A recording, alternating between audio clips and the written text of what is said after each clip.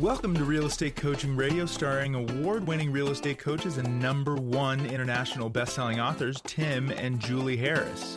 This is the #1 daily radio show for realtors looking for a no BS, authentic, real-time coaching experience. What's really working in today's market, how to generate more leads, make more money, and have more time for what you love in your life. And now your hosts, Tim and Julie Harris. Welcome back. It's Tim and Julie Harris, and we've got another great podcast for all of you today. And Julie, what is the topic of today's show? Well, the topic of today's show is, are you stuck on the market? The truth about why your listing won't sell. That's right. And so this is a good time for you and I, Julie, to talk about an article or actually a podcast we listened to on Housing Wire. Yes. And let's just give them the summary of what it is, because I'm sure it's going to manifest into a bunch of other headlines in the real estate realms. Okay. So yeah. Let's just talk about it real quick, and then we'll go to our topic. Is that okay? Well, actually, it was two things. It was it was a Daily Wire. It wasn't a Housing Wire. It was a. Oh, that's what I meant to say. Daily Wire podcast, morning podcast for today, and they were also referring to a Wall Street Journal article, which I did read this morning, and the topic was the same, which was they were predicting a housing crash. Okay, so let's talk through the points, and we're going to point out. We're going to. Tell you what they said as much as Julie and I can remember it, because we didn't prepare for this little section, but it's worth noting because I'm sure it's going to be making all the headlines of all the normal mainstream media. Okay. Yeah. So the thesis is that in some markets, that housing is overpriced to the point where it's making it so that they were totally focusing on first-time buyers couldn't purchase a home. Now, I don't doubt that that's true. So let's just start out with the assumption that we believe that that's true. There's a lot of places in the country where it's just simply too expensive to buy than it is to rent. But here's the thing that you got to keep in mind. That's always been true.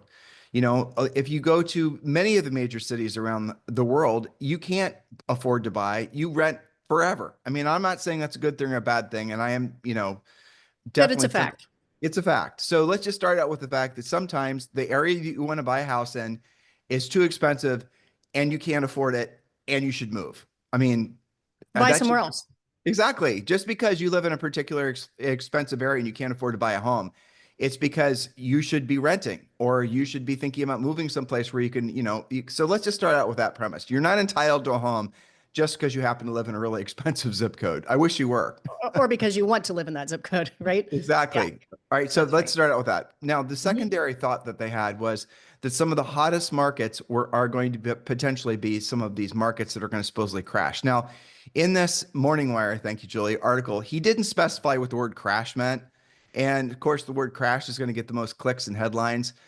He just said what he was referencing was he was confusing, and this happens a lot from non-housing people. They conflate the word price reduction with loss in value. And it's so asinine. Every time I hear some guru talking about the fact that, oh, in Austin, Texas, they're lowering the prices. And, that's somehow loss in value. That is not loss in value. That is just basically an aspirational seller essentially resetting their expectations to what the market's, the buyer's expectations. Right. That's all it is. It happens all the damn time. You have a product, you put it for sale and it doesn't sell, you lower the price. It didn't necessarily lose value. You just had to lower the price to find where the market was. That's all. Or decide not to sell it. That's okay too. Exactly. Right. But then and let me jump in just for a second. I'm sorry to interrupt you, but towards the end of that podcast, he did throw out, and I'm still thinking about it. He threw out a projection that some of those previously most hot markets, Austin being probably the top of the list, that he was expecting a 30 to 50% reduction in price. Now, that would be a crash by all metrics. But remember that this guy, I think his last name was Bonino. I have to look that up. But he was not a housing person. He was an economist. And as our friends over at Housing Wire often point out, that when you take the housing advice or housing projections from an economist versus from somebody who studies and analyzes housing specifically, that you often get different projections, okay? Because they're looking at it surely as an asset class. And if all the prices go up, as a stock might go up, then of course it has to come down because those are the laws of the economy. So I think certainly there has been some price adjustment. And I do, being that I'm licensed in Texas, I do watch that market pretty closely and we have rentals there. It has adjusted, but to your point, that's just aspirational pricing adjustment down to where it has settled in. I think the other issue is that there's a whole generation basically of agents and mortgage people and brokers and even economists that had set this expectation that we'd always have this crazy appreciation that we saw during the pandemic years. And that was an outlier and that was unusual. And some of the pricing, I've had coaching clients that have this example where the seller will argue with them that because in the past 4 or 5 years on average, their house has gone up by 20%, that, in 2024, that's another year we're going to add 20%. Well, that's ignoring the comps, right?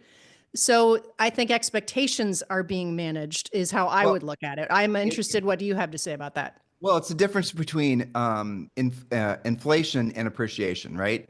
So what homes have been doing is they've been keeping up with the inflation rate. That's really what's been happening. So everything else is getting more expensive, and along with real estate. So housing costs have gone up. So the reason that the inflation that's been in housing isn't really reported like you'd think it would be is because the government has this little really bizarre equation to figure out whether there's too much inflation in housing called the owner's equivalent of rent.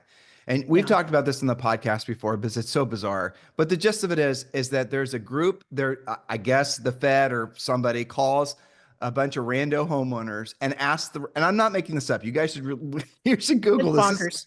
It's bonkers. So they're not looking at to see what the actual inflation is on real estate or rents or whatever. This is how they do it. So is there too much inflation in real estate? We're going to basically call a bunch of people who own homes and we're going to ask them what they think or what they would pay per month for their house and rent. That's the whole thing. And I don't know if they call the same people every time or different people, but it's exactly what I just said. I'm not oversimplifying it. Research it yourself. It's called owner's equivalent of rent. And that's how they go about ascertaining whether or not there's too much inflation in housing. It's just totally crazy. But a couple other things back to this economist, not housing guy. And again, these are going to be the headlines that you guys are going to be dealing with when you're talking with your buyers and sellers. Oh, there's a big housing crash happening. Okay. All right. So let's get into this. I'll give you guys we could talk forever why that guy was 100% wrong about a housing crash. Is there going to be some price corrections correlated to the lack of demand because there's oversupply? Oh, I just said it. Like in Austin, yes, there's too many homes that have been built, and obviously there's not enough demand to meet supply, and there's going to be price reductions. But his synopsis or his conclusions were not grounded in any sort of realities. For example, why did he talk about demographics? Right? Well, he said the average, and I've never heard this before, and I don't know if you researched this yet, Julie, the average age of a home buyer is 55. Okay, but he was bouncing, I believe that's maybe true, but he was also bouncing around when he was trying to make his point between the average, like he was talking about first-time home buyers, and then he said the average age of a home buyer is 55. So what he was trying to do in a very manipulative way is say that the average first-time home buyer is 55, which is bullshit. It's not true. Okay, so again, he's mixing facts. He is. So I believe that the average age of people closing lately could be in their 50s. The average first-time buyer, we have reported on this quite frequently when we talk about the sky is not falling, I think is like 38. Yeah, I agree. So yeah, you have to kind of follow the breadcrumbs and not mix the facts. And yes, I can tell you from my own coaching calls, a lot of what's closing right now is in the upper end, and it is cash deals. That doesn't mean that the world is ending. That just means that's what the market is doing right now. Well, it's a typical correction. Let's go to the next thing he didn't talk about, Julie. He really did not talk about interest rates. I mean, interest rates are falling, and I want everyone to realize that Julie and I are techno optimists. We're definitely optimistic about virtually everything. And so, take it with a grain of salt the way we approach life, but it's worked for us. And so if you look at, for example, interest rates, they've gone down, and in some markets, for example, just stay focused on Central Texas, you're seeing an increase in inventory that's, 20, 30%. Interest rates going down, huge number of people that are on the sidelines that want to purchase homes. And now you add to it the fact that interest rates are falling. You're going to see an enormous uptick in home sales, and we're going to see what we lacked in, I think, January and February in terms of closings, and really arguably December. we're going to see an enormous increase in the home sales. And it only makes sense. We have pent up demand. We have essentially people waiting for homes to come for sale. Inventory's increased. And now we have interest rates that are lowered, making the payments less. And so this is the ultimate conclusion of the guy's article, why we think it's mostly bunk. Yes, when you see price reductions, that's not the same thing as property values falling. A property value would be what the person had paid for it when they bought it. Okay. So like back in 2000, back in the housing crash, those were property values. Someone closed at 300,000 and then 6 months later, the house was worth 250,000 and 225,000. Okay. That's definitely property values falling. A seller pricing their house at 300,000 where the true market on the house is 275. And then all of a sudden, oh God, look at the price reductions in Austin, Texas. Now we've had to reduce things to 279.9. It should have been at 279.9 to begin with. It's called aspirational pricing. But here's what the last point, little sub point about this, Julie, that I wrote down. Lower interest rates, which are on the way, which are going to come from what we are piecing together, will be an enormous Trump announcement about housing. We have seen little bits and pieces and breadcrumbs, and they're leading us to believe there's going to be an enormous announcement. And Julie, you found out, you did actually some homework on this and found out there was some program that was talked about, then they stopped talking about it. It had a really good name. I don't know if you remember it. I don't remember right now. Yeah. But yes, so the moral of the story is that we're going to see, and we expect very much there to be a big announcement. Again, this is our opinion, pure guessing here, but it's, if you do your own homework, listen to our past podcasts, Fannie and Freddie are going to be released from conservatorship. You're going to see a lot of new mortgage products go down. You're going to see interest rates fall, not increase, Mark Zandi. So interest rates are going to fall. You're going to see PMI greatly reduced, if not completely go away. You're going to see more competition for Fannie and Freddie. So the big banks are going to get into the same business that Fannie and Freddie are. The average Fannie and Freddie loan adds, I think it was 50 basis points. So every time someone does a Fannie and Freddie loan, backed loan, it's costs 50 or something like, I think it was 50 basis points. Maybe I'm wrong, but anyway, I don't have it. I didn't research this, but not nothing. It's not nothing. So all the costs associated, and we always bemoan the first-time home buyer. The first-time home buyer is overpaying and by an enormous margin because of the fact that Fannie and Freddie are in conservatorship. And for those of you guys who are thinking, and I know some of you think this, and I don't disagree with you, that the GSE is government service enterprises. They shouldn't be government backed anymore. Well, I got good news for you. Fannie and Freddie, once released, it was Moody's, I think, had already said, or one of the credit scoring things. This is totally wonkish, but still worth for the two people that understand what I'm talking about. The credit ratings for Fannie and Freddie won't be reduced, even if they're not, isn't a implied guarantee by the government. Moral of the story is we believe that what we're going to see happen sometime in the next 90 days. Conservatorship is the Fannie and Freddie are privatized again, and a huge flood of new types of mortgages, lower interest rates. Fannie and Freddie are going to buy mortgage-backed securities. That's going to create a mortgage market again. You're going to have other banks. JP Morgan already said they want to do it. They're going to start buying mortgage-backed securities. The whole market is going to loosen up. Interest rates are going to fall. The 10-year, we've already seen that's essentially becoming more compliant for the sake of lower interest rates.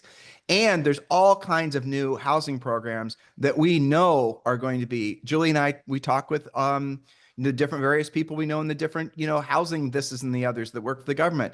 And they're all readying themselves for a lot of new initiatives to build housing. Build, baby, build is what you're going to start hearing. That's right. That is our prediction. And I want you to hold us accountable to it if we're wrong. And I want you to sing our praises from the highest mountaintop when we're right, because I know we are. Yeah, well, and just in the past week or so, rates have come down, and a lot of reporting is out there. I think there will be quite a bit more this week. That just getting into, I think they're like 6.7, 6.5, 6 3/4 in there. Just getting that much under 7 has increased mortgage applications by nearly 20%, and they should, as you said, come down from there. And the other thing that really, this will be my last thing, because that thing we listened to this morning kind of pissed me off, I guess. He was talking, we all go back to the first time buyer matrix, and they're the ones getting screwed. And in many ways, that's true because of the affordability crisis and all that. Okay, that's fine. But not once did he mention anything about what you were talking about, builders. I just got another email from one of the builders that said the builders offering down payment assistance.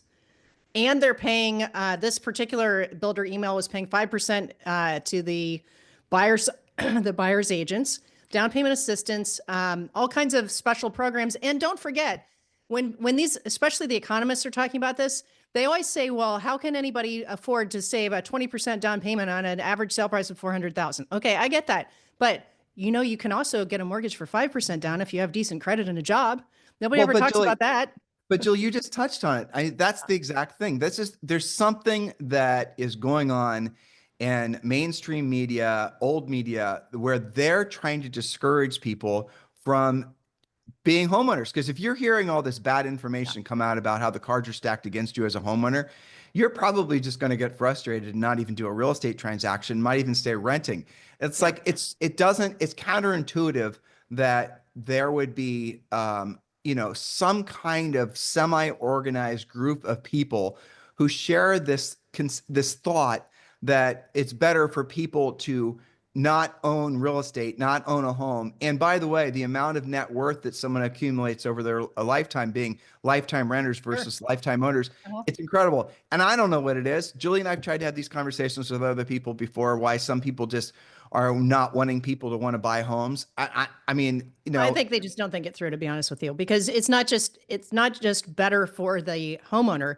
It's also better for the economy. There's lots of reports that show how much people spend once they purchase a home. It's like, I think the average over the first 2 years they own it is like $20,000 in improvements and upgrades and furniture and this and that and landscaping and the whole nine. It's better for the economy too. The reason that we're spending time on this, listeners, is because you're going to be spending time on this with your buyers, with your sellers. They're going to read headlines. They're going to say, the buyers here's my prediction over the next couple of weeks. Buyers are going to say, oh, I heard that the market's going to crash. I'm going to wait to buy. And the sellers, maybe we will see quite a bit more inventory because maybe they'll want to sell before it actually crashes, which of course isn't going to happen. So to that, I would say, what's wrong with more inventory? Isn't that what everybody's been whining about for the past nearly a decade, is that we don't have enough inventory? And in many markets, there's still a 2-to-1 or 3-to-1 ratio of offers to sales. So there's clearly demand. Are there areas that are oversaturated? Yes, absolutely. That's true. And if you're an agent that's selling in that area and you don't have your buyers in contract, you no longer really have an excuse. You can't find them something to buy. So I would go to the obvious buyers who are pre-approved, ready to rumble, or all cash. You need to prioritize that because you do have stuff to sell them. And then I would be looking at expired inventory and calling 100% of the expireds. Some of them are going to lose their will to sell. They don't want to reduce their price. That's fine. Maybe they don't have to sell. But the ones who are selling for reasons that they're just not going to keep the house, why aren't you taking those listings? To me, I think it's wall-to-wall opportunity, but I'm an optimist. So listen, we have notes for the podcast we're presenting to you guys today. And if you want the notes from today's podcast, please just simply go to harrisrealestatedaily.com. Go to harrisrealestatedaily.com and subscribe. It takes you 2 seconds. Excuse me. We're still getting over influenza A. Sorry. And so if you want the newsletter, just go to harrisrealestatedaily.com. There's a link below. Drop in your email address. And remember, you have to double opt in. So then you have to go to your own email and you have to subscribe. But all the notes from all of our podcasts are there waiting for you. And we also have a lot of exclusive content. Julie and I have been doing a lot more, I would say, more technical writing and putting that on the newsletter because of the fact that there's a lot of you who are feeling overwhelmed by the amount of misinformation and mixed information where it doesn't really make sense. And so what we're doing is we're doing like what we did on the start of today's show, where we're trying to give you the way to cut through the malaise and the bad information with facts. Because as Julie just said, you're going to be dealing with a lot of people that have their heads full of bad information. And so as a result of that, you're going to have to know what to say and how to say it. So we're teaching you guys how to do that, obviously, on this podcast. But really, it all comes back down to knowledge equals confidence and ignorance equals fear. So your clients are going to, in some of these markets, be fearful. You're going to have to basically counterman that with some actual honest to God knowledge and some facts. That is available for you at harrisrealestatedaily.com. All right. And that is, again, our daily newsletter. Julie, let's get into the first point and let's remind them what the title is. All right. Stuck on the market, the truth about why your listing won't sell. All right. So today we're going to talk about maybe not all 6. We'll see how our timing works out. But there are 6 specific reasons. And yes, price is one of them, but it's not the only one that are probably causing your listing to sit on the market. So here's a fact. Homes are either selling immediately or they're sitting on the market for 30, 60, or even 90 days. That's exactly what we just talked about. Depends on where you are and what the house is. So don't let your listing expire and don't get fired. be the listing agent when it sells. And before we examine all the factors, let's keep it real. Of course, price is one thing that overcomes all of the underlying reasons that a listing isn't selling. However, it's also true that the fastest way to get yourself fired from the listing is to always or only make it all about price. Does that make sense? I tell you, level off there. So when you Yep. hear about protracted 30, 60, 90 days in the market, you just got to hit delete, delete, delete about all your previous knowledge about homes selling themselves overnight. All of you, most of you have already come to the realization that 30, 60, 90 is kind of normal, but it's actually not. A 90-day on the market is considered a balanced market. When you pass 140 days traditionally, that's when it starts becoming more of a buyer's market. You guys might be in some of your markets experiencing what is a buyer's market, but not your market on a whole, because you got to be clear in your head. A, there's no national real estate market, and B, your real estate market isn't one big, holistic market. You can have markets in your market, submarkets, right? Where you're going to have certain streets that are depreciating, certain streets that are appreciating. By depreciating, I mean they're getting price reductions. Certain areas that are starting to feel the effects of new construction. You're going to have to know what housing developments and what housing styles are trendy and which ones aren't. So you've got to be a real good expert at knowing what the nuanced differences are about your market. So there is no one unified market. There's no one unified market locally or nationally. Now, that said, when I hear protracted days in the market, and Julie just touched on it in her notes, you should be excited about that. And the reason is because it creates more opportunity for more buyers to enter the market. And at the same time, it creates more opportunity for you to learn how to be an expired listing agent. So when you hear things that sound, maybe your first instinct is that sounds bad, it's not, because there's always a flip side to the coin. Like in real estate, okay? Here's the thing I also want you to think about. I'll tell you guys a story. So I had a friend of mine, and this was back a long time ago, he was probably at the time in his mid-30s, and he was making a lot of money in the stock market. And I remember this was one of the real estate corrections that happened in the early 90s after the tech bubble. And I remember running up against him, meeting up with him someplace and asking him how it was going, knowing full well that the stock market had just taken a back seat, or just all these bad things, all the headlines, right? And he was in a great mood. And I asked him, so what's going on in your world that you're, you definitely just— How is it that you're optimistic, right? Not just optimistic, he was really happy. I'll never forget his reaction. He said, well, what do you mean? And I said, well, didn't the stock market just go down? And he goes, yeah, Tim, but you forget, I get paid when people buy or where they sell, no matter what direction the market's going. I get paid no matter what happens to stock values. My income is increases when people are fearful of the market going down, and increases when they're fearful of the market going up, FOMO, and they want to get in the market. He said, I don't like a stable market. I like market where there's a lot of volatility. Mm-hmm. And I never forgot that, because the truth is that in the real estate business, we get paid whether the value of the house or the seller price of the house goes up or it goes down. So you are in a blessed market and a blessed industry. So don't get fooled into believing that there's not opportunities no matter what direction the market's going. All right, Julie, let's get back to task. Yes. Well, so we talked about making sure that price isn't the only thing that you're talking about.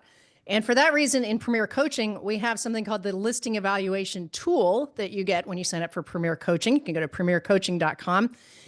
You can get that right away. And it's going to talk about, we're doing, again, the 30,000 foot overview of that. But this is taken from the listing evaluation. So there's 6 factors that make a home sell. Your job is to rate each of these on a scale of 1 to 10, and you'll know what you need to do do the work to get it sold. A perfect score is 60 because there's 6 things that make a house sell. But if your listing isn't selling, it's not going to score that high. So look at the things that you score low on. And in many cases, it's not just one thing. So for those of you who have listings, think about each listing as we go through this. And then Tim told you how to get the notes as well. And then you can also use this as you're going on your next listing appointment to have it in the back of your mind as you're making your assessment. How sellable is your next listing? So the first one, of course, is condition. When there's little competition and more buyers than sellers to go around, conditions matter less. As more listing inventory arrives on the market, especially if any of it is new construction, because that always looks and smells great, the pressure increases to present your listing in its best light. So even if you're the only home for sale in the MLS code that it's in, you still owe it to your sellers to help them stage it to get the best results. They'll sell faster, they'll sell for more money, you'll be happier, they'll be more happy. So rate your listings condition on a scale of 1 to 10. But how do we do that? What makes your condition rating low? Any or all of the following, and you guys can send in some comments if you'd like to add to this. We're not going to be super gross here, but we can fill in the blank. Go ahead. Okay, so where are you going to use these notes? You're going to use these notes everywhere. You're going to, Julie, I just sent you a comment too, if you can read the comment in chat. It's down below. If you go to the chat on the Let me Zoom. switch screens here. Okay, Yeah. no problem. All right, so the reality of it is these notes from today you guys can use when doing valuations on your own listings. You can do this, you can use this information. Frankly, this would be fun to use, especially Julie's initial points about some of the grosser things. You can use those points on social. It'll certainly get a lot of people's attention. So make sure that you are actually considering, how to use this information. It's great for you to listen.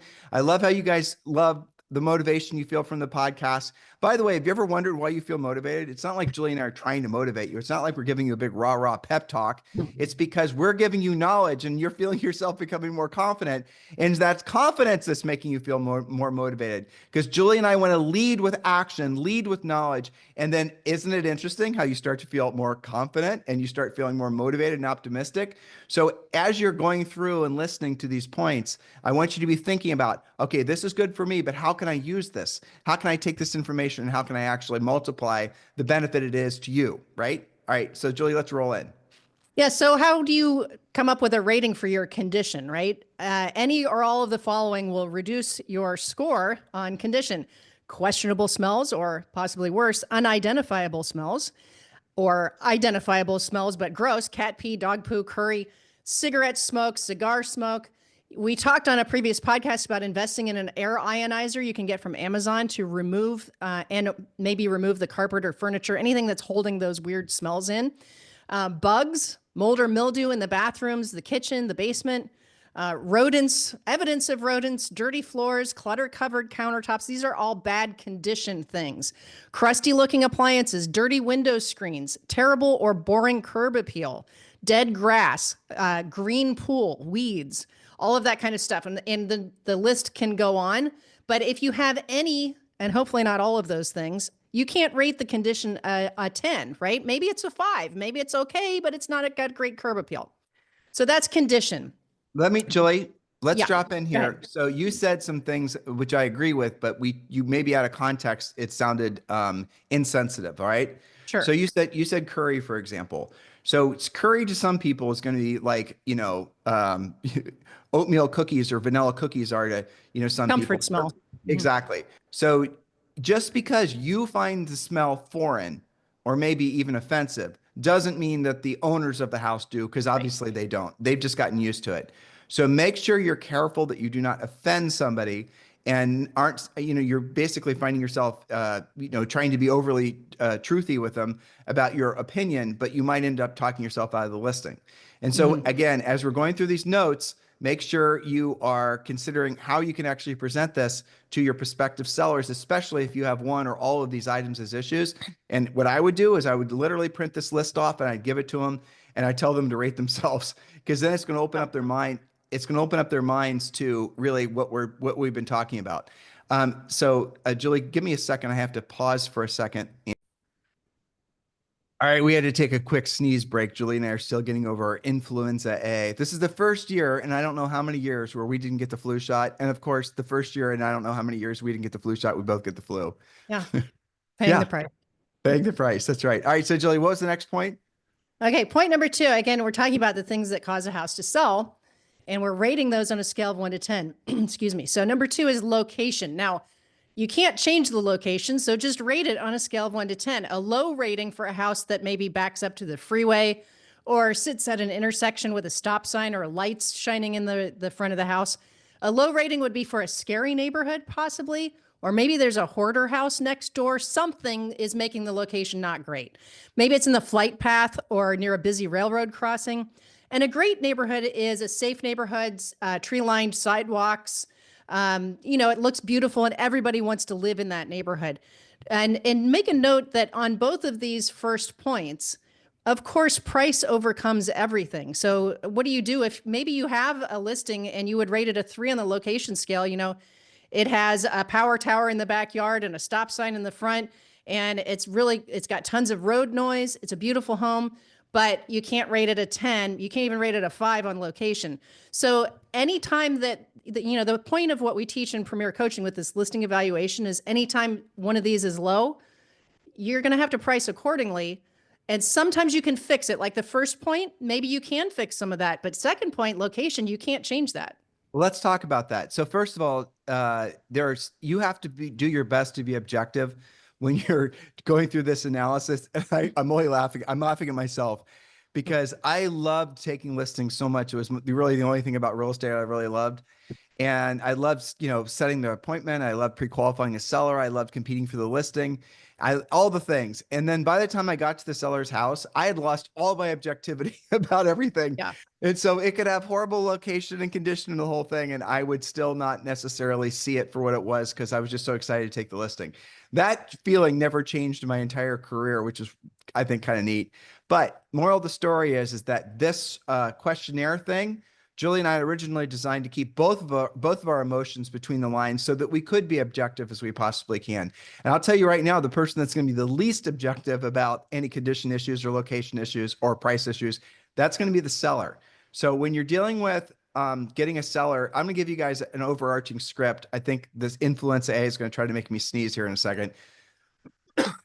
Yep. All right. So, Mr. Seller. So here's the thing. In real estate, the sale of a home, the sellability of a home comes down to 3 things: price, condition, and location. And you know what, Mr. Seller? So I've got 3 quick questions for you. So the location of your house, well, we can't really move it, right? So it's facing the east and the sun sets in the west. And, it isn't where it is in the neighborhood. And yes, we have a utility easement in the backyard. Okay. And yes, we can hear freeway noise when the wind is blowing a certain direction, but the location is what the location is. So we can't change that.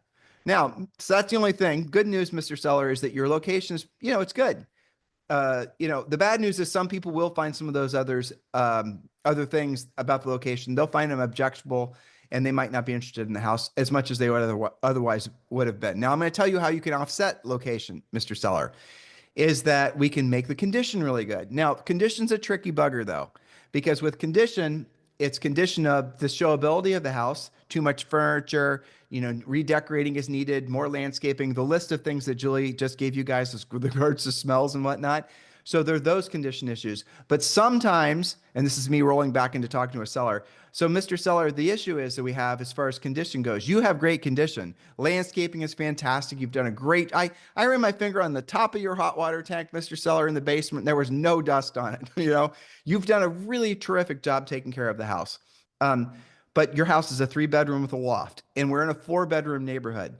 And we can see, and I can show you this when it comes to pricing, houses that are 3 bedrooms with lofts. I like them personally. I love the idea of having an open office or something like that, but we're in a 4-bedroom neighborhood. And we can see when we get to pricing, which is the next thing, that sometimes 3 bedrooms with lofts are not, essentially selling for the same value as houses that are true 4 bedrooms. Now we can talk about making the loft into a bedroom and all of that. And I've got a solution for you on that if that's what you're interested in doing. But what I'm suggesting is the location is what the condition is what the condition is. We've got a 3-bedroom with a loft. Fortunately, there's not a long list of things for you to do. I want you to tighten some door handles and, fix some paint on a couple walls and things like that. But other than that, nothing. So the last thing is the price. So Mr. Seller, we can't do anything about the location. And really, unless we're willing to, do a huge housectomy, we're not going to do anything about the condition. And so the only other thing we can have a positive influence on is the price. Right? So that's ultimately how you are going to learn how to present to a seller. Now, I'm going to give you guys a couple of nuanced approaches to this. When you're dealing with a seller, you've got to remember you're dealing with someone who is in a state of peak emotional stress. And it doesn't even matter if they're an investor, but an investor lesser so in the point I just made. But a homeowner, peak emotional stress, I promise you. So you're going to have to be very sensitive to that, and you're going to have to be very, very sensitive to using trigger words. Trigger words would be lowering the price. You never say lower the price to a seller. you say reposition the house on the market to correctly reflect the market's expectations. You never say your house is, has some condition issue. We give you guys lots and lots of things to say to make it so that the seller, you're not going to offend the seller. Now, I'm not telling you to not be honest with the seller about price, condition, location. What I'm telling you is to have better bedside manner. Essentially a doctor is going to be a great doctor, whether he can actually perform the procedure successfully, but he's not going to have the opportunity to perform the procedure successfully because no patients will want to work with him if he's got horrible bedside manner and if he comes off insensitive, right? So you have to be the same thing. You have to be somebody that's able to take into consideration the heightened state of stress this person is feeling, probably their lack of objectivity when it comes to price, condition, location, and then approach it like that. And then you're going to start developing that certain special je ne sais quoi in the marketplace that other people are envious of and don't even understand why is Julie so special? What is it about? It must be her marketing, or it must be she has all these inside connections from the church she goes to. Well, all those things might be true, but the real reason is because she knows what to say, and she knows how to say something in such a way that the client's going to receive it in a positive way, which results in a positive outcome, which results in, a positive income too for Julie, but also it results in more repeat and referral. Yes, very well said. And the other thing that you're talking about is it gets back to feedback once it's been on the market for a while. And a lot of agents are unaccustomed to getting feedback from each other because they live through a market where things sold themselves instantaneously. And I'm sure there's listeners right now that have never even asked for or given feedback. So you can take it from the other agent as well. Okay, but let's drill down on that. Okay, in Premier Coaching, we have something in Premier Coaching. Julie, write this down to make sure. We probably need to update this. What it is something that you ask for the buyer and the buyer's agents, even at open houses, frankly, to fill out a real-time feedback form. We had a better name for it. I don't remember the name of it. Instant feedback. There you go, instant feedback. And it's going to be essentially this rating scale where the prospective buyer or the looky-loo coming through an open house, is going to give ratings to the seller about all the condition issues, the location issues, the price issues, all the things. Now, why are you doing it that way? Because you need the seller to be objective. You're wanting them to see what the actual market said. Because unfortunately, a lot of times, if you have not approached the seller correctly and you've essentially stepped in a landmine of emotions, and they're now seeing you as adversarial to their dream of an aspirational price. You guys following me on all of this? So if you haven't approached the seller and you haven't, essentially, if you triggered the seller to the point where they see you as an adversary to getting the property sold, because after all, you're not in agreement with them about the price. So the psychology at foot here. This is the reason we teach you guys how to avoid all these landmines in Premier Coaching. But that's the benefit of leaving that instant feedback form, because then it's the marketplace giving them that feedback. It's the marketplace saying the house smells like onions. It's the marketplace saying that, the crocodile in the pool in the backyard is not really, it's cool and everything. I'm glad your crocodile's name is, Clark, but, not for us, that kind of thing. Make them laugh, point it out, and then I'll take this to the next level. There are some interesting services out there that will do digital feedback for you. They'll email, pester the buyer's agent until they get feedback. And that definitely works, but I would do that in conjunction. If Julie and I were selling real estate, I'll tell you one of the secret things we did is when we take a listing, we would ask the seller how they want their feedback. No feedback, limited feedback, or massive feedback. Now, massive feedback is that we had somebody that would call the buyer's agents, and we'd have them actually poll the buyer's agents about what their actual condition feedback was on the house. And then she would call the seller back and she'd give the seller the actual feedback. Now, here's the miraculous things that happen, all the side stream benefits that have happened from that. Number one, the negative feedback wasn't coming from Julie and I. The negative feedback was coming from somebody else. And the seller was totally receptive to it. And Janet was really good at doing this. And she would call them up and she'd be conversational and chatty and nice and all the rest of it. And she'd give them this feedback. And she had enough, she wouldn't be too jagged with the feedback, but she was telling them exactly what the buyer's agent said. And then she would sometimes, on accident, get the seller to want to do a price adjustment to compensate for the fact that they've heard for the third time in a row that the house needs, new landscaping or whatever. So she would actually cushion the blow of getting the house repositioned on the market to correctly reflect the buyer's expectations, aka lower the price. She'd make our job easier. But here's the other thing that happened. So let's say, for example, And this isn't, again, this was not how we intended it, but this was the other thing that happened. Let's say there was an agent that was refusing to give feedback, never gave feedback, and she would call the buyer's agents 3 times and log the fact that she called him 3 times. Then she would call the seller back and she'd say, that showing you had last Wednesday at 7 o'clock, I've called the agent 3 times. This is when I've called them. They've never called me back. Now, why is that going to be a benefit to you as a seller's agent? Because as a listing agent, because you are proving to the seller that you are going above and beyond to get feedback for them on that particular house. And you're giving them a little flavor of essentially what happens sometimes with regards to buyer's agents' behavior and the rest of it. And if you happen to be facing down a listing that's about to expire on you, chances are you're going to be able to keep that listing for longer or get an automatic extension. I'm going to take a sidestep. One of the things we teach you to do in Premier Coaching is we want you to have a listing contract. You have to put an end date on it. We want you to put listing contracts that have at least a year end date. Yes, you heard me say that right. And we teach you to do this in Premier Coaching. You're going to know how to go into a seller's house and they're going to be more than happy. Yes, you heard me say it. Just sign a listing contract that lasts at least a year.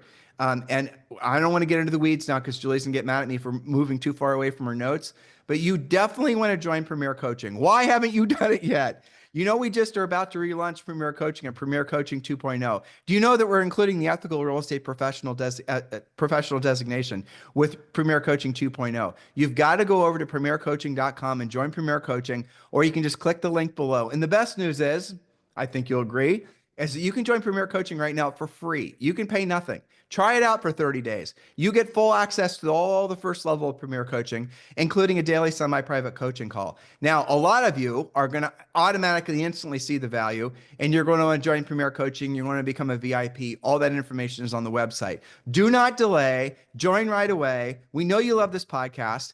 It is, we're told the #1 daily podcast for real estate agents in at least the United States. If you love this podcast, you will not believe the value you get in Premier Coaching, especially now that we've added ethical real estate professional designation. So go ahead and check that out and do that right away. Julie? All right, so our third part of getting a house sold is the number and frequency of showings that your listing's getting weekly. You can rate it on a scale of 1 to 10. If you have slow or no showings, according to the National Association of Realtors, you are likely to be about 10% overpriced. If you have consistent showings but no offers, according to NAR, you're usually 3 to 5% overpriced. You can rate your listing really high on the scale. If you're getting lots of showings and second showings, you're probably very close to selling it. But rate it low if nobody seems to know it's even on the market. Maybe you're going days or worse, weeks between showings, okay? And again, that's an indication here of a price issue. So there's a difference between, a little overpriced and a lot overpriced. And one way that we gauge is how many showings. And again, I mean, I've had just coaching clients where they're like, it's been like 2 weeks since our last showing. First thing we do is we log into the MLS and make sure it's even still showing active. Maybe there's some glitch in the system, right? And that does happen sometimes. And then we look and we see if there's something wrong with the search, how it's entered in the MLS. Maybe something is causing it not to pop up where it should. Maybe you can actually massage your listing a little bit. But if everything looks perfect, your pictures are beautiful, your description is great, and it just seems like nobody cares, you might have missed the market regarding price by as much as 10%. Well, okay. And we teach you guys how to explain this to the seller, but I'm going to tell you right now, do not have this conversation with the seller. You must have this conversation with the seller after the listing contract is signed, before the listing goes active. And this is the simple script you use, especially, we teach you guys how to price, when it comes to pricing in this market, is obviously a challenge. Sellers are all aspirational. Very rarely are you going to find a realistic seller. We give you the script, Mr. Seller, we can price this house and aspirationally and that's where all the sellers are going to be. We can price it at the top of the market. Now, and then you have to explain to them the risks and the perils of that, right? The benefit is they could get more than they think, but the risks are the house will stay on the market longer, and you need to learn how to express to the seller the dangers of that. Because statistically, Mr. Seller, the longer the house stays on the market, and you are going to have all this for Premier Coaching, the less it's going to sell for of its original list price, or it's actually going to sell for less than had we priced the house in the middle price range. So the top is the aspirational pricing. The middle price range is what the market's expecting, kind of what they expect based on the comps and what's currently for sale, and most importantly, what's sold. And then the bottom is going to be if you want to sell the house really quick and we can sell it to an investor. And then once they essentially have learned that most of them are going to want to price it either at the top or somewhere in the middle. Now, once they become expired, you'll find that all of them want to price it in the middle. And if they're really motivated, then they're going to want to price it somewhere at the top of the wholesale price and then the low end retail. But we teach you how to do this in Premier Coaching. But here's what's important. Mr. Seller, listen, I appreciate the fact that, the market might be telling us, not you, not your CMA, the market might be telling us that the house is worth $499. And I appreciate the fact that you feel the house is worth $525. And after having gone through the house, I can understand why you think that. You're right. Your landscaping is fantastic. It's decorated beautifully. It's in great condition. And you got a 3-car garage, and a lot of the other comps only have 2-car garages. So I'm with you. Let's go ahead and price this at $525. But we have to be on the same page that Mr. Seller, after 2 weeks or 10 showings, if we don't have a written verified offer on the property, 2 weeks or 10 showings, whichever comes first, Mr. Seller, then we have to agree to reposition the house on the market so that correctly reflects the buyer's expectations, right? Now, you want to say this before it goes active. Then you want to write it on the listing contract. You want to have them write it in their calendar that in 2 weeks, now when it goes active on the MLS, first day it's in the MLS, start on that day, and then have the seller write in their calendar. Now, if you have to adjust that according. Like, for example, if you're in a marketplace where the house is, all the comps take 3 or 4 months to sell, or maybe they're strange, it's rural, it's something like that, adjust accordingly. But as a general rule, the 2 weeks or 10 showings thing is always going to make it so that the seller's getting their win, they're getting their aspirational price, you're getting the listing, but you're being honest about it, and you're explaining to them that after 2 weeks or 10 showings, if you don't have a written verified offer on the property, you're going to reposition it. Notice I did not say lower, reposition it on the market to correctly reflect the buyer's expectations. That is a Tim and Julie Harris original script from having done hundreds and hundreds of thousands of coaching calls, but it definitely will work, and it'll keep the seller on your side. You do not want the seller to feel adversarial. Every time I talk to that Julie, all she wants to talk to me about is lowering the price. That's how you're going to get fired, for sure. Yeah, that's right. That's why we have, all of these points in the podcast. It gives you more talking points. That's why we were talking about feedback. It prevents you from having that conversation. The only time I ever hear from you is you're begging me for a price reduction. The nickname in coaching for that is the seller's "What have you done for me lately?" call. Yeah.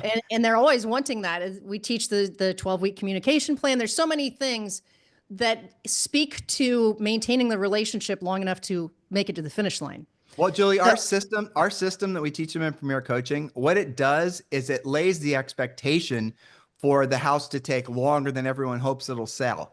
I mean, we give you guys a plan and a system to follow where we know what the seller is going to be thinking 2 weeks from now. We know what the seller is going to be panicking about 5 days after it's listed. We know we can see into the future, so you don't have to learn about what's going to happen. We've done this billions of times through coaching clients and personally. So what we've done is we've created a system, and so you're communicating with the seller, and digitally, it might be through a feedback assistant, it might be you calling them every Friday to just give them a market roundup, but you're anticipating, because we have told you what to anticipate, a slowing market, longer days in the market, more fear and loathing from the press, and that's going to position you so you get your price reductions, the seller still loves you, and frankly, you're the one that has the listing when the listing sells, which is the trick in this market, right? The trick of being a powerful listing agent is have the listing when it sells. Kind of an old stupid joke, but it's still true. Yes, indeed. And that brings us to, of course, talking about price. Point number 4, we're going to analyze the price itself. Your current price versus the price of competing homes. So rate your listing. How do you decide whether it's a 10 or a 0? Well, a 10 is, if I look it up online and it seems to be well priced for the amenities, and we can't just go buy a new home around the corner for $15,000 more than your listing. A low rating is if you're obviously overpriced compared to the competition, like a 2-bedroom that's priced like a 3, or a no-car garage priced like it's a 2-car garage, etc. It has to make sense in the market. And here's the thing. You said it, Tim. It's hard to price in general. There's no exact technique to it. Even if you're an appraiser, they use lots of different methods. And because of that, you do have to look at all these different things. How does it stack up versus the competition? Take your listing hat off, put your buyer's agent hat on. If I'm out there showing that property, what am I showing it against? What are the 3 other homes that it's up against? And does your listing actually make sense? Or, and this does happen, Are all the buyer's agents using your house to sell other houses because they're like, look at this one and look at that one. Doesn't this one look like a lot better deal for what it offers? And then you linger on the market. It can go either way for you, but it has to make sense. Now, I want to point this out, something out that should be obvious to all of you guys. The skill set you need to be a powerful listing agent is definitely higher, the skill set is, than working with buyers. There's no doubt. But that, again, is counterintuitive because you're thinking, well, why would I want to just work with buyers? It's because at the end of the day, you don't have any leverage. You are the leverage when it comes to working with buyers. You're the one giving up your nights and weekends. And remember, buyers can always change their mind to decide to stay renting, wait for interest rates to fall, wait for pigs to fly. Whereas when you're following our listing system as part of Premier Coaching, we're going to teach you how to go after the sellers that absolutely positively want to sell and that are going to result in a real estate transaction, you getting a paycheck. So you're going to have to really tune your mind to the realities of where the best opportunities are. And it's counterintuitive. Tim, why would I want more listings when the inventory is building? Because more listings is where it's at. Because more money is always from being a listing agent. Nobody got into real estate just wanting to work only with buyers. And if you did, it doesn't take too many lost weekends and lost months and summers for you to realize you should have basically put all your best energies to being a listing agent. But it does require more skill. It does require more dedication, but it's worth it because there's less competition than there is when you're trying to get buyers to work with you. When you're a great listing agent and you have the skills that we teach you in Premier Coaching, you're going to discover quickly how ill-prepared most of your competitors are in a market that's changing, let alone one that's in some markets becoming a buyer's market. Be excited when other people are fearful. And be fearful when other people are too greedy, as Warren Buffett is famous for saying. Yes, very well said. And, to me, having something sit on the market for a little while is really great for these guys, not forever, not for, because take, for example, I have a coaching client in Phoenix. Okay. She's going to get one of her current listings sold this weekend. She's had 2 open houses while it's been on the market for about 30 days. She now has 3 new buyers, all of whom have houses to sell, and they're all right from that neighborhood. Listings generate business. Buyers don't necessarily. Excuse me. So let's get to our final point, number 6. I'm sorry, number 5. Number 5. But number sorry. 5, I'll sum. Yeah. So number 5, you can catch up on your. This flu is no joke, Julie. All right, point number 5: your seller's level of cooperation. Now that should be obvious, but bottom line is how easy was the house to show? How cooperative was the seller to fix? We always tell this story because you guys think we're making it up, but we're not. Julie actually had a coaching client who had a listing and they had a mini horse, a pony that they kept in the house. And of course, the feedback was the house smells like a barn and the seller just didn't want to fix it because they just weren't in any particular rush to sell the house. They had a year or whatever. But sure enough, going back to the seller's level of cooperation, as they got closer to the seller needing to sell the house and being motivated, miraculously, the pony was all of a sudden living in a barn, literally outside of the house. The house no longer stank. So, if you had the listing as the first listing agent when the seller wasn't that motivated, well, chances are you had a very uncooperative seller to fix the feedback issues that they didn't want to fix. Whereas if you had it the second time around, or if you had a motivated seller to begin with, then obviously you have a different level of cooperation. So do understand that the less cooperative the seller is, the lower the price that they're going to sell the house for, because the longer it's going to sit on the market. And so I'll tell you the best way to ferret out whether you're going to have a cooperative seller or not is when you're pre-qualifying them, and we give you our pre-qualification script in the Premier Coaching Program, obviously, is you're going to want to find out what their level of motivation is, what their time frame is. And all these questions are in the pre-qualification script. And if you find somebody, and you will find people who are just not that motivated, and they convince you that they're not that motivated because you ask the questions, you maybe don't want to take that listing because they're just going to waste your time. And they'll be happy to waste your time. And there's always going to be 1 in 20 sellers that are like that. Julie and I used to call them social sellers. Usually they're FSBOs. They have a beautiful garden. They love to have people come by and talk. So they'll put the for sale by owner sign in the yard. Usually they leave it out there for a month. Then they list it with a usually new real estate agent. Then they have more social interactions and then they change their mind and then it goes for sale again next spring. That happens in every market. It'll make you laugh when you see it happening in your market. Just don't let it happen to you. All right, Julie, let's go on to point number 6. Yes. Okay. So we just talked about the seller's level of cooperation. You just alluded to number 6, which is their level of motivation. Is the seller only going to sell if they get their price? And they're actually saying that to you point blank. Is that price reasonable if you fix the other items on the list that we just discussed, or are they just flat out too aspirationally priced for the market? If sellers don't have to sell, they are far less likely to cooperate and adjust the price to reflect the market's expectations. So that's point number 6. Your job is to count up all of your scores. How far are you from a perfect score of 60? And which of these items do you score low on your current listings, or maybe the listing you're going to take this afternoon? It's unlikely that you have a 10 on all of them. All homes, even new construction, usually has something that needs to be corrected or massaged a little bit. But can you work on getting it closer to a 10?